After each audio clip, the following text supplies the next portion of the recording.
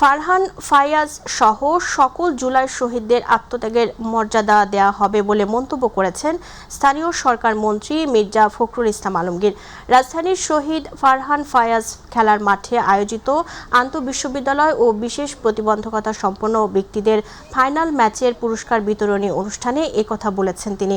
দেশ গঠনে তরুণদের এগিয়ে আসতে হবে উল্লেখ করে মন্ত্রী বলেন, সমাজ ধ্বংস করা মাদক থেকে তরুণদের দূরে থাকতে হবে। এ সময় শহীদ ফারহান ফায়াজের স্মরণে 1 মিনিটের নীরবতা পালন করা হয়।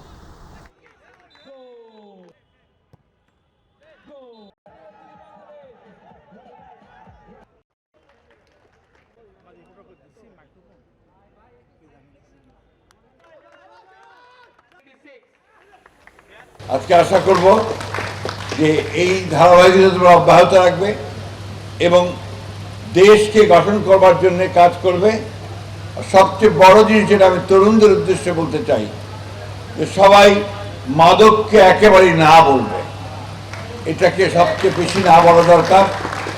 আমাদের সমাজকে ধ্বংস করে দিচ্ছে, এর বিরুদ্ধে আমাদেরকে প্রতিরোধ গড়ে তুলতে হবে। ঝালকাঠির রাজাপুরে জাতীয় নাগরিক পার্টি এনসিপির জুলাই পদযাত্রা কর্মসূচির অংশ হিসেবে পথসভা অনুষ্ঠিত হয়েছে।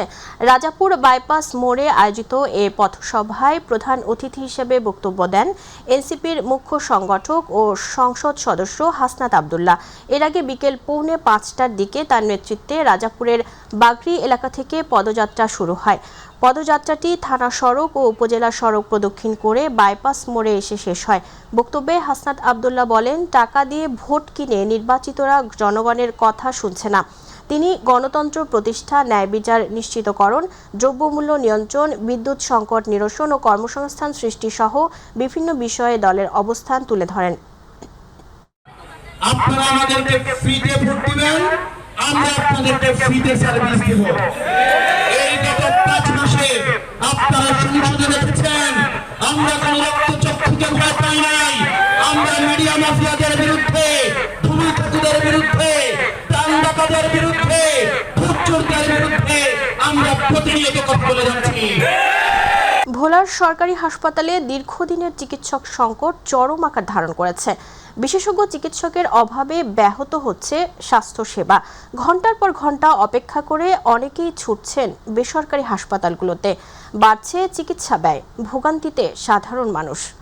ভোলা জেলা প্রতিনিধি আরিফ হোসেন লিটনের পাঠানো তথ্য ও চিত্রে বিস্তারিত জানাচ্ছেন জুবায়ের রহমান। ভোলা জেলার বেশিরভাগ মানুষ কম খরচে চিকিৎসা সেবা পেতে ছুটে আসেন সরকারি হাসপাতালে, কিন্তু সকাল থেকে দীর্ঘ সময় অপেক্ষা করেও মেলে না কাঙ্ক্ষিত চিকিৎসকের দেখা। এতে করে চরম ভোগান্তিতে পড়তে হয় শিশুসহ বয়স্ক রোগীদের। এখন একজন ডাক্তারই আমাদেরকে শিশু দেখে, আমাদের মহিলাদেরকে দেখে। এখানে ডাক্তার যে কম থাকে, একটা ওয়ার্ডের জন্য একজন ডাক্তারের যথেষ্ট না। ডাক্তার সকালে আসার কথা সকালে আসে না। ডাক্তার তো নিয়োগ দিয়েছে কিন্তু ডাক্তার থাকে না। 250 শয্যা বিশিষ্ট ভোলা সদর হাসপাতালে নেই পর্যাপ্ত ডাক্তার। তার উপর রোগীর বাড়তি চাপ, সব মিলিয়ে সেবা দিতে হিমশিম পোহাতে হয় হাসপাতাল কর্তৃপক্ষের। আমরা এই হসপিটাল আইলে অনেক সেবা কম পাই, ভোগান্তিরা শেষ নাই। এমনই বাস্তবতায় বাধ্য হয়েই রোগীরা ছোটেন বেসরকারি হাসপাতালে। গুনতে হয় মোটা অঙ্কের অর্থ, এতে সহায় সম্বল হারিয়ে নিঃস্ব হচ্ছেন অনেকে। যেমন ডালা ফেরে রয়েছে, কোনো পরিবেশ নাই, কোনো কিছু নাই। এই জায়গাতে কোনো সার্ভিস দেয় না, সব বাহিরেতে নিয়ে আসতে হয়। এক্স-রে করাইতে গেলে ওই জায়গায় টাকা বেশি নিতে আছে, ভর্তি করাইতে বেশি নিতে আছে টাকা, সব জায়গায় সিন্ডিকেট এই জায়গায়। এদিকে পদের তুলনায় চিকিৎসকের সংখ্যা অনেক কম বলে জানালেন ভোলা সদর হাসপাতালের সিভিল সার্জন। আমাদের ভোলা জেলাতে আমাদের যে 6টা উপজেলা হেলথ কমপ্লেক্স এবং একটা জেলা হাসপাতাল, এখানে আমাদের চিকিৎসকের পদ হলো 379টা। তার ভিতরে বর্তমানে আমাদের চিকিৎসক আছে 112 জন। সবচেয়ে বড় ক্রাইসিস আমাদের যে জেলা হাসপাতাল আছে, এখানে 86টা পদ, তার মধ্যে ডাক্তার আছে মাত্র 22 জন। ভোলাতে আসলে পোস্টিং নিয়ে আসার ক্ষেত্রে একটা অনীহা দেখা যায়। অনেকে পোস্টিং দেওয়া হয় কিন্তু পরবর্তীতে তারা থাকতে চাচ্ছে না, যেহেতু এটা যাতায়াতের তাদের একটা সমস্যা। যেমন সন্ধ্যার পরে যে কেউ চাইলে কিন্তু কোথাও মুভ করতে পারে না। তারপর আমরা চেষ্টা করতেছি ডাক্তার ধরে রাখার জন্য। দ্রুত চিকিৎসক নিয়োগ ও মানসম্মত চিকিৎসা সেবা নিশ্চিত হবে, এমনটাই প্রত্যাশা সাধারণ মানুষের। জুবায়ের রহমান, মাই টিভি নিউজ। সিলেটের গোয়াইনঘাটে 81 লাখ টাকা ব্যয়ে সংস্কার করা হাকুর বাজার মানিকগঞ্জ সড়ক মাত্র 2 মাসেই বেহাল হয়ে পড়েছে। স্থানীয়দের অভিযোগ, নিম্নমানের নির্মাণ সামগ্রী ও অনিয়মের কারণে সড়কের পিচ পাথর উঠে যাচ্ছে। উপজেলা প্রকৌশলী ক্ষতিগ্রস্ত অংশ পুনরায় সংস্কারের নির্দেশ দেওয়ার কথা জানিয়েছেন। তবে অভিযোগের বিষয়ে যোগাযোগের চেষ্টা করা হলেও ঠিকাদারের বক্তব্য পাওয়া যায়নি। প্রতিনিধি হুমায়ুন আহমেদের তথ্য ও চিত্রে জানাচ্ছেন তামান্না সাদিকা। মাত্র 2 মাস আগে সংস্কার শেষ হলেও সিলেটের গোয়াইনঘাটের হাকুরবাজার মানিকগঞ্জ সড়কের বিভিন্ন স্থানে পিচ পাথর উঠে বড় গর্ত সৃষ্টি হয়েছে। এতে সড়কটি আবারও চলাচলের অনুপযোগী হয়ে পড়েছে। ভাঙা সড়কে জীবনের ঝুঁকি নিয়ে চলাচল করছেন শিক্ষার্থী, রোগী, ব্যবসায়ী ও সাধারণ মানুষ। বর্ষা মৌসুমে দুর্ভোগ আরও বেড়ে যায়। এলজিইডি সূত্রে জানা গেছে 81,83,780 টাকা ব্যয়ে সড়কটির সংস্কার কাজ করে আরিফ এন্টারপ্রাইজ।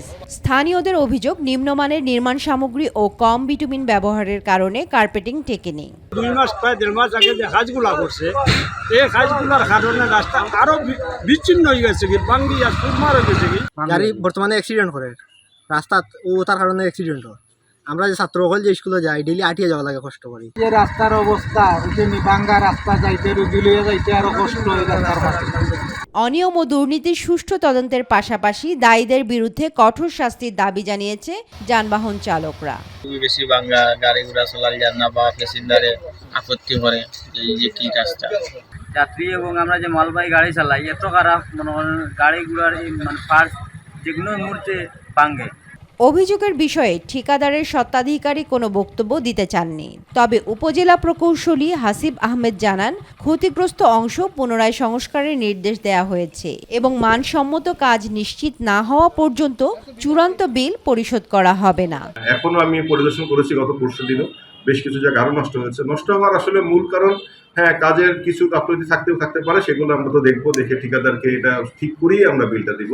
প্রশ্ন উঠেছে, সরকারি অর্থে নির্মিত একটি সড়ক যদি মাত্র 2 মাসেই বেহাল হয়ে পড়ে, তাহলে উন্নয়ন কাজের গুণগত মান নিশ্চিত করার দায়িত্বে থাকা সংস্থার তদারকি কতটা কার্যকর। তামান্না সাদিকা, মাই টিভি।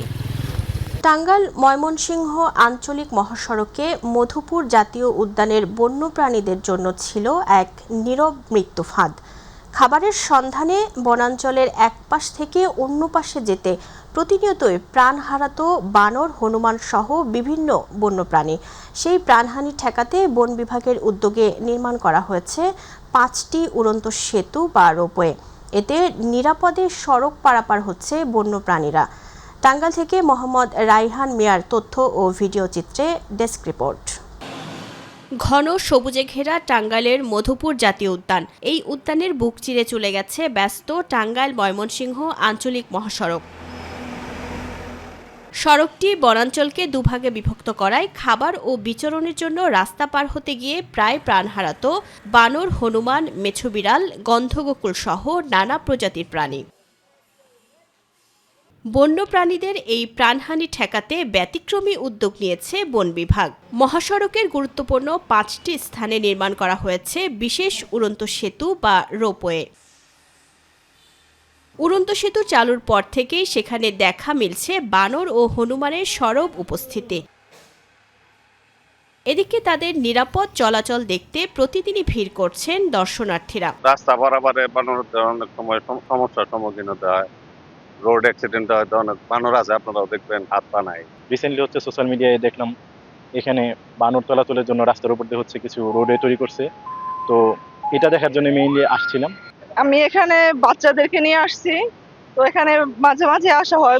রাস্তার নিচ দিয়ে যদি বানর এরকম পারাপার করে, দেখা যায় গাড়ি ঘোড়া চলে দুর্ঘটনা হওয়ার সম্ভাবনা অনেক বেশি থাকে।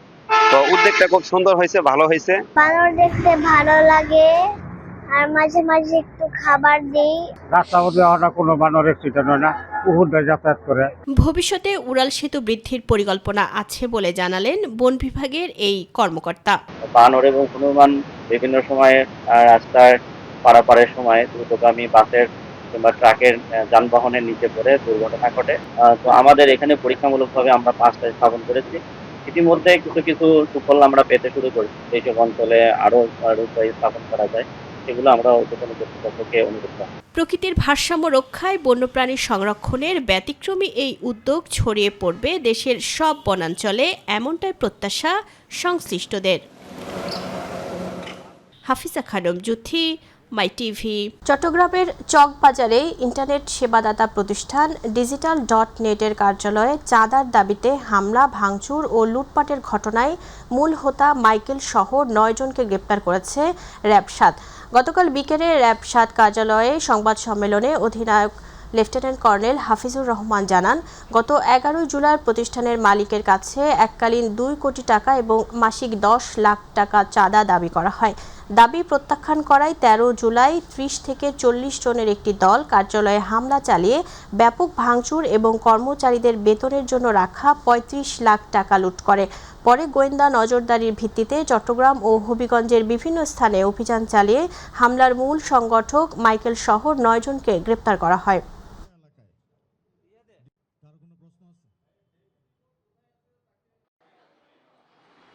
গতকাল 18 জুলাই বিকেল থেকে শুরু করে অদ্য 19 জুলাই ভোর 5:30 পর্যন্ত চট্টগ্রাম শহরের বিভিন্ন স্থানে অভিযান পরিচালনা করে র্যাপিড অ্যাকশন ব্যাটালিয়ন 7 কর্তৃক উক্ত ঘটনায় সরাসরি সম্পৃক্ত এবং হামলায় অংশগ্রহণকারী মোট 9 জন আসামিকে গ্রেপ্তার করা হয় এবং একই সাথে গত 3 দিনে পুলিশ কর্তৃক আরও 4 জন আসামি গ্রেপ্তার করা হয়েছে।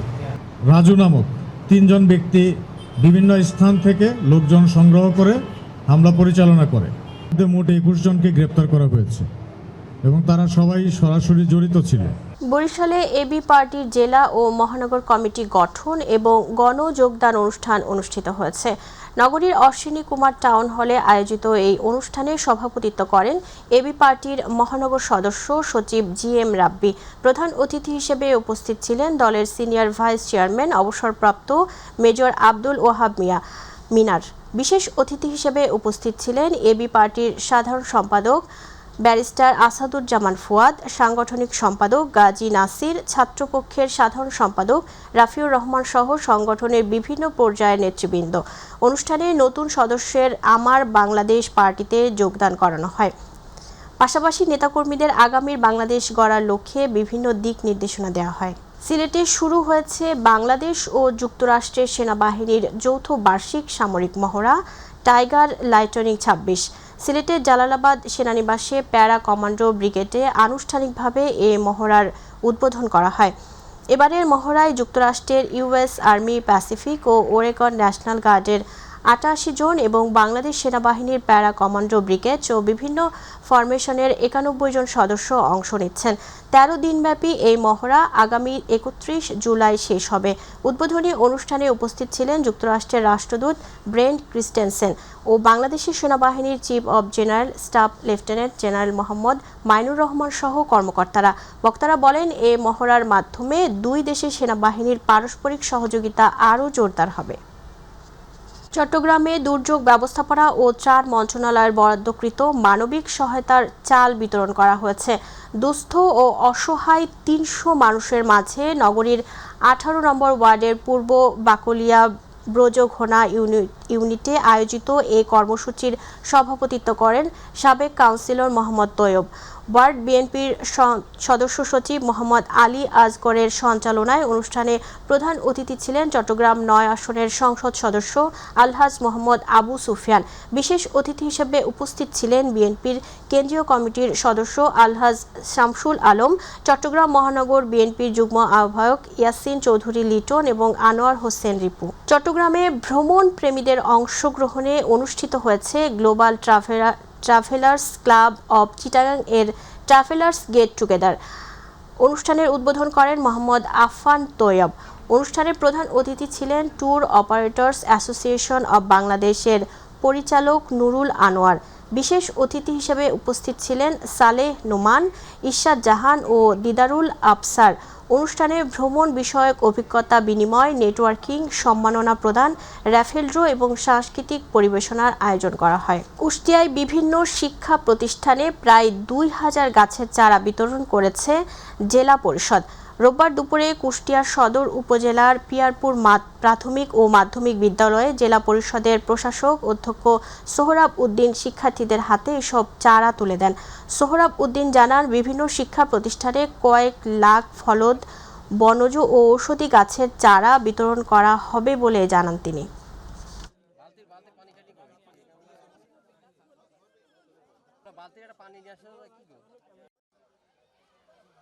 আমাদের প্রশাসক মহোদয়ের পরামর্শক্রমে এবং তার যে সুপারিশ বা তার যে দিক নির্দেশনা সেই হিসেবে আমরা সবসময় গাছ লাগিয়ে যাচ্ছি। এই চারা গাছ রোপণ করছি, বড় হয়ে একসময় দেখা যাচ্ছে যে আমাদের দেশকে অক্সিজেন সমৃদ্ধ এবং সুন্দর সুজলা সুফলা বানাবে। তাদের সন্তানগুলোকে আপনার খেলাধুলা শেখান এবং এই ছোট থেকেই আপনার পড়াশোনা বলবেন যে মাদক দ্রব্য খারাপ, তারপরে আমরা গাছপালা কাটা যাবে না যখন তখন, আর কি শব্দ দূষণ, এগুলো আপনার শেখেন। যশোরের মনিরামপুর উপজেলার ঢাকুরিয়া ইউনিয়নের 7 নম্বর ওয়ার্ডে গত কয়েক বছরের উন্নয়ন কর্মকাণ্ড তুলে ধরে আলোচনা সভা অনুষ্ঠিত হয়েছে।